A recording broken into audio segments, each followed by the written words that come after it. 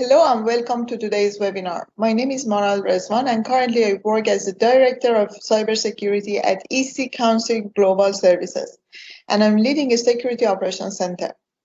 I'm holding few certifications as well as Master's degree in Information Security. Thanks for joining today, and I hope all of you are in good health. Well, do you have these traits to succeed in cybersecurity? How can you build up your security team to ensure that you can get the highest possible productivity? Is your personality type matched with the career that you want to pursue? Is the person that you want to hire suitable for your open position? If you're looking for the answer to these questions, today we're going to talk about all these topics. Personally, I found people the most critical and most challenging enabler in every cybersecurity organization. I've done an awful lot of research in this area, not only because I faced many challenges with finding competent candidates for the cybersecurity roles, but also for getting the job done effectively and reducing the cost of human resources. I realized that while the traditional way of hiring, which only focused on educational level, training and certification records, and hard skills are crucial for selecting a right candidate, soft skills and personality characteristics also are paramount to have a successful cybersecurity organization.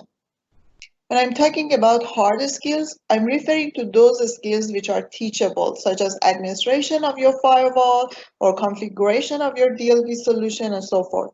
Whereas soft skills are those traits which make you successful in your career, such as communication skills, listening skills, or getting along with others. I want to commence with showing some numbers and figures here, just to give a perspective of the problem. According to Forbes, there will be 3.5 million unfilled cybersecurity jobs globally by 2021, which is 350% growth from 1 million positions in 2013. And during the last few years, cybersecurity has been amongst the top 10 in-demand jobs in the world. And another research also shows that there are only 2.8 million cybersecurity professionals. Therefore, it would take around 150% increase in the number of these professionals in order to fill the current estimated need for cybersecurity. And another interesting report showed that out of 3.5 million available positions in cybersecurity, 2 million are in Asia Pacific and only 400,000 are in Europe. Why? The question is, while there is the highest market growth in Europe, which is driven by increasing cyber projects and investment by security firms, especially in countries such as UK, Germany, France, Spain, Italy, and others, why there are much more unfilled positions in Asia Pacific rather than Europe? Is it because Europe has more certified and educated professionals? Is it because the available professionals in Asia Pacific cannot fit into the available roles? The answer is no. The reason is not because of lack of training or certifications. Cybersecurity organizations are suffering from shortage of cybersecurity staff with lack of skills or experiences. I've just spoke about some numbers and figures in the last few slides, but still the main problem statement may not be clear-cut. So I would like to explain the problem statement with a real-life example. Just assume that you have some open positions in your organization. Let's say you want to hire a pre-sales for your threat intel platform, and also you want to hire a consultant for your governance team. You need to spend too much time to shortlist, for example, 20 candidates out of the 100 CVs that you received, right? And the first challenge is that out of that 20 interviews, maybe only 5 of them are even qualified. So you decide to not be meticulous about all those requirements for the positions, and you just consider the minimum requirement, which are mostly educational background, training and certifications, or some related experiences. Of course, you have your own reasons Maybe you have shortage of employees, or maybe your project is getting started, or your client is complaining about the existing employees and you must replace them at the earliest possible time. What will happen next? Your employees often get bored or disengaged in short time. They can't master the task they are assigned despite lots of feedbacks which you give them. They struggle with their confidence. Despite all your support for coaching and giving them feedback, their performance doesn't shift. And they don't feel valued, although you think that you've done anything to make them feel valued. Eventually, what would be the two possible scenarios? Scenario one, you hire a fresh graduate for your security operations center, and you train them to understand the concept of log analysis, and maybe you sponsor them to take some training courses as well. But they cannot work effectively because they don't have analytical skills. No matter how many certifications they have, they don't want or they don't know how to analyze the logs or the incidents. Then you decide to lay them off or change their positions in the organization. And if this happens, what would be the consequences? You wasted your time and money which you spent for hiring, training, or coaching them. They also will suffer from lack of confidence, even in the future jobs that they have. Why? Because they couldn't have enough achievements or contributions to your company. Scenario two, you interview someone who has 10 years experience in governance. He has good knowledge in governance. However, he used to change his job every year. But since you don't have enough time, you don't care about it. You just check his knowledge and you see that, okay, then his knowledge is good and we should hire him. You hire him, but he never gets satisfied with the task that you assign to him, and eventually he leaves. But what is the hiring process deficiency here? Is it because of overlooking experience or education or training? No, it's because we overlook the gravity of candidates' skills and personality types. Now we know the problem statement and we can find a solution for it. We know that in order to conquer the mentioned challenges, we need to define proper skill set for the available roles and consider them during the hiring process. So we prepare job descriptions, level of knowledge, list of preferred trainings and certifications, and last but not the least, required skills. If we succeed to implement the process properly, we can select a candidate who best suit the available positions, and it would be an easy breezy job to motivate and retain them in the positions. Well, now that we know we need to come up with the list of required skills for each of the cybersecurity roles, we start Googling, such as, for example, what are the top 10 cybersecurity traits, what are the personality traits for cybersecurity professionals, and so on. And you will get tons of results. For example, you can see some of the sample results here in this slide. For example, effective communication, responsive, attention to details, analytical, responsive, skeptical, diligent, composure, and so on. Then we prepare job description for the available role to publish in the recruitment websites, such as LinkedIn, for example. So, for example, we have the role, we have all the responsibilities of that role. What are the requirements, like, for example, in terms of training and certifications, and finally, skill set. You can see here, certainly many of us saw the same posted job in LinkedIn or other available websites. So, for example, on your right side, you can see analytical mindset, result-oriented, able to communicate effectively, and others. It's good that we can see that they considered the skill set in the job post. But how many of us have gone for an interview and they ask questions to understand whether we have the required skills? Have you ever been rejected because of lack of skills, although you had enough knowledge and you could answer all the technical questions? How many times you saw the people around yourself left their job or left the company because they didn't have enough skills to do their job? Some employer may think that they can groom and coach the candidates and teach them all the required skills. To what extent you agree with this? For example, documentation skills and reporting skills are crucial for a governance consultant, right? Now you hire a person with a D or I personality type. I will explain all these personality types later, but for now, just imagine that D or I person are those who don't like to do the reporting, who don't like to write any reports and so on. But you hire someone with I or D personality as a governance consultant.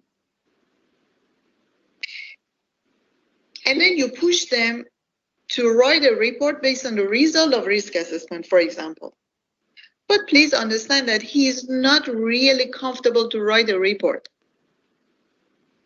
Ask him to present something verbally and he will enjoy doing it. For example, ask him to go to the client side and, for example, run the risk assessment meeting. He will enjoy doing it. He will enjoy leading the team. He will enjoy talking to the client and understand the risk. But you need to send someone with them to write the result because these people cannot take note. These people are not comfortable with writing. So they are great in verbal communication. But the moment that you ask them to write a report, it's like a torture to them. Soft skills are mostly related to your personality type. And according to the researchers, we have innate behavior and learned behavior. Fortunately or unfortunately, you cannot change the innate behavior. I found it very surprising when I read an article which said that there is a close relationship between your blood type and personality. So maybe it shows that why the innate behavior cannot be changed, right? But how about the learned behavior? Where do we get the learned behavior? We usually learn it from our parents, from our schools, previous jobs, or also it can be gained based on the geography, location, or culture that we have grown up. Let me give you an example. For example, this is not, of course, general, but this is only an example. Let's say Americans usually are outgoing. They speak and laugh loud. They have a good communication skills and they are usually gregarious. However, is an American kid who is grown up in Asia Pacific same as a kid who is grown up in US? Learned behavior is something that we may be able to change it with proper techniques. So the difference between learned behavior and innate behavior is that you cannot change innate behavior, but you may be able to change learned behavior. Now the question is how we can evaluate the skill set of candidates. We all know how to evaluate educational background, training records, knowledge level, and professional background. However, how we can evaluate the personality of the candidates. There are some standard tests which can help you with this evaluation, such as MBTI, HPI, SHL, DISC, etc. We usually hire the candidates based on the DISC evaluation test. Just to give you a brief introduction to DISC, DISC is a personality assessment tool used to improve work, productivity, teamwork, leadership, sales, and communication. This describes human behavior in various situations. For example, how you respond to incidents, how you influence others, for example, your preferred pace, and how you respond to rules and procedures, how you can be motivated. This is more based on the fact that which part of your brain is dominant. And based on that, it has 4 reference points, which are D for dominant, I for influence, S for steadiness or supporting, and C for compliant or cautious. I just here wrote some general characteristics and possible weaknesses for each of the reference points. Just let me briefly explain it. Let's get started with dominant personality type. They are creative. It's very important. They are creative. They are a very good starter. But if you want to initiate a group activity or a project or whatever, they are a very good initiator. They are direct, they are decisive, they are problem solver, they are risk taker, which is again very important, especially if you want to hire a CISO. You cannot, for example, hire a CISO with the C personality type. The reason is that C people never take risk. So the moment that you assign someone with C personality type as a CISO in your organization, they want to mitigate all the risk in your organization. So they need to have a combination of D and C. Let's back to dominant personality type. On the negative side, they are very argumentative. They always ask lots of questions from you. They dislike routines. You never can define a framework for them and ask them to work only within that framework. But for example, for your pre-sales job, the personality type is perfect because they are creative, they can design different solutions for you, and they can actually present it with creativity.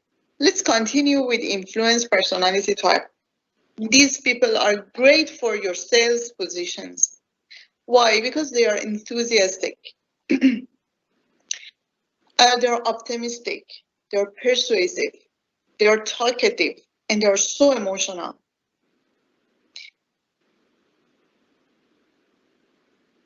On the negative side, they are more concerned with popularity than tangible results. They are inattentive to details. They never follow any process and procedures. They overuse gestures and facial expressions. They only tend to listen only when it's convenient for them. But they are very good speaker. They are very good public speaker. However, they are not a good listener. So if you want to have a perfect salesperson, it's better to use someone with a combination of I and S or I and C. Because S and C are good listener, right? So it's very good to know all the weaknesses of each of these characters. And maybe with the learned behavior, you can improve those weakness areas. You cannot solve it completely, but you can improve it. Or maybe you can choose someone with a combination of different kind of personality. Yes, we can have different combination of different personality type. It's not like that, for example, one person is only D or one person is only R. We can have a combination of different characteristics. But of course, one of them is always bold. So, for example, myself has a strong D characteristic. However, I have a combination of C and I, and also sometimes S. Let's move on to S personality type. S for steadiness or for supportive. They are very good team player. They are predictable. They are understanding. They are friendly. They are good listener. But on the negative side, they resist any changes. It takes a long time to adjust to the changes. They're so sensitive, and it's very difficult for them to establish priorities. And C personality type, C for cautious or C for compliant. They are accurate, they have analytical skills, they are conscious, careful, fact finder, precise. They have high standard and they are so systematic. Their possible weaknesses is that they're bound by procedures and methods. You need to define all the process and procedures step by step. They get bogged down in details. They're so into details. So that's why If you put them as a manager, they do micromanagement. But they are perfect for finishing the job. They close the project very well. But they are not risk taker. They want to mitigate all the risk.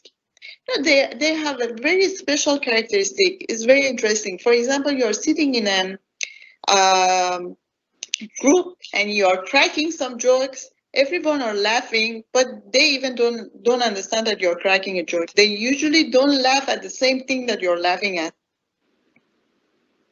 They are usually suspicious.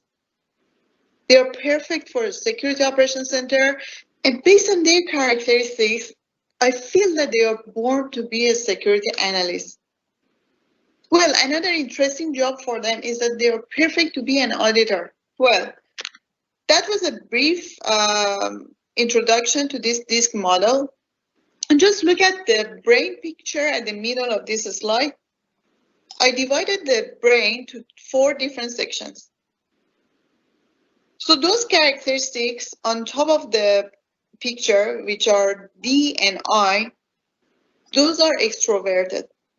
But those on the bottom one, C and S, they are introverted. Look at those personality type on the left side, which are D and C. The left side of the brains of these people are dominant. In contrast, on the right side, we have I and S, and their right side of the brain is more dominant. So I can say that D and C people are those who have very good analytical skills. They are good at math, engineering, and calculation, maybe accounting, and these kind of things. On the right side, you have I and S. They are great for sales. They are good at art. They are so emotional, and they are good for group activities.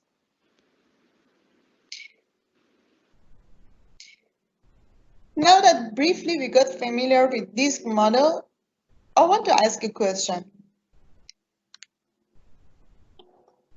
Let's say that one of the applicants has a strong C personality type.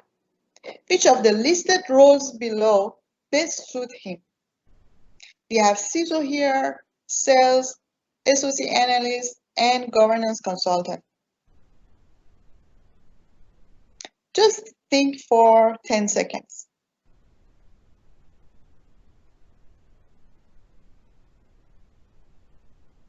So a C-type person is introverted, so it cannot be a good option for sales. So I think that choice B cannot be a good option. He doesn't easily take risk. He doesn't have a good communication skills. So he cannot be a good choice for a CISO role. And also he's not the one for governance roles, exactly for the same reason. However, it seems that they are born to be a security analyst. I would like to talk more about the specific personality characteristics or soft skills which are required for a few of the cybersecurity roles. So for example, based on the reports, these are the jobs which are very trendy in 2020. CISO, security consultant, security analyst, engineer, threat intel analyst, and so on. Let's start with CISOs.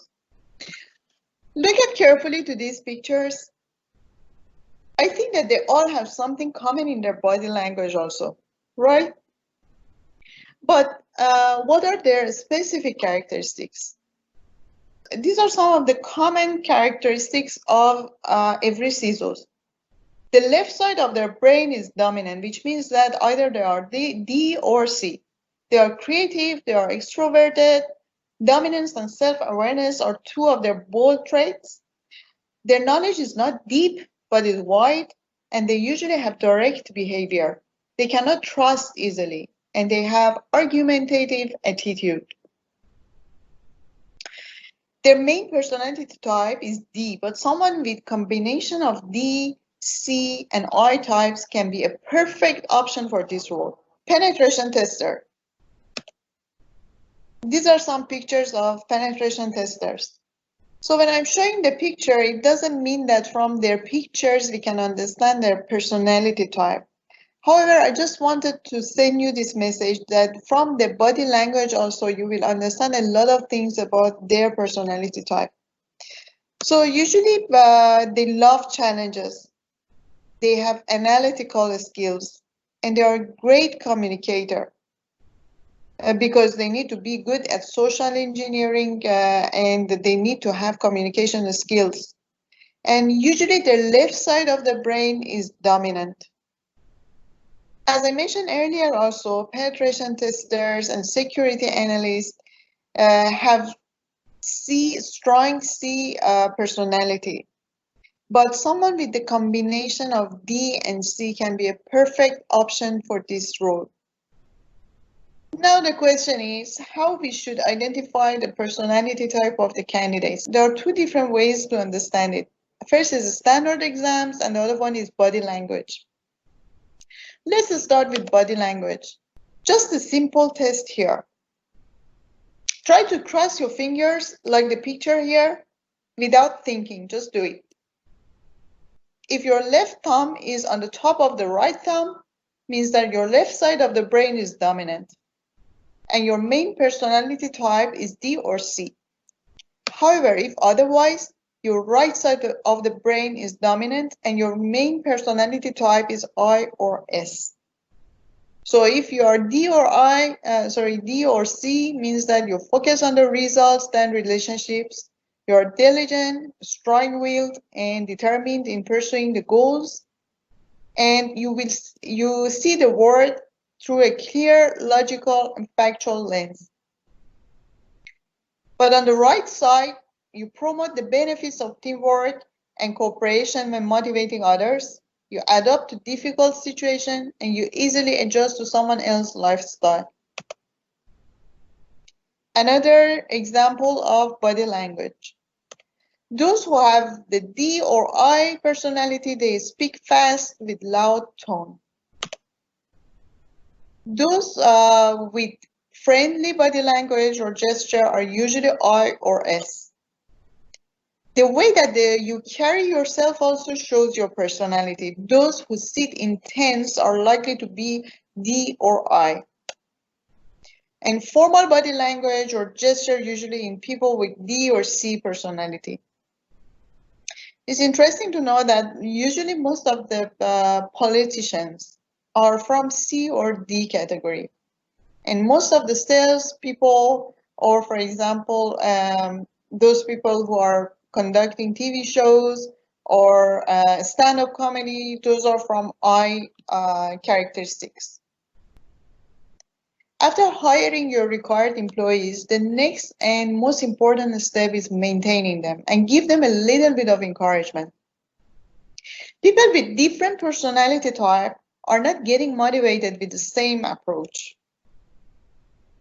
So for example, if an employee has D personality type, for example, your leaders, directors, CISOs, and others, you cannot motivate them with $100 or $200 salary increment. You need to give them some challenges to solve. Let them to know that you are observing their progress and output. Compliment them in front of others and avoid giving direct orders to a person with this style. When you are complimenting them in front of others, just please be very careful, because the moment that they think that your reaction or your compliment is not real and you're just doing it for the sake of motivating them, it's exactly the moment that you lose them. How about C? For example, your security analyst or penetration tester. Provide them with all the information that they need. Lack of information discourages them for doing their job. Define all the steps they need to take to succeed. Instructions and detailed procedures are something which motivate them. They won't need recognition as long as they can tell everyone that they reached the tangible goal. How to motivate I personality type, which can be, for example, your sales team. Don't restrict them with policies and procedures. The moment that you ask them to follow a restricted process and procedures or instructions, they will be down in the mouth. Let them to be a spokesperson for your team and let them to be a cheerleader. They really want you to give them too much importance in front of others. And how about S personality type? If you want to make any changes, please make it for the whole group, not only for one person. They resist against any small changes. Express your interest in how they are helping out. You need to compliment them continuously. And another interesting fact about this type is that you need to be open to their complaints. Let them talk to you. If they don't find a way to talk to you, they will leave the company all of a sudden. Be clear about what you expect from them.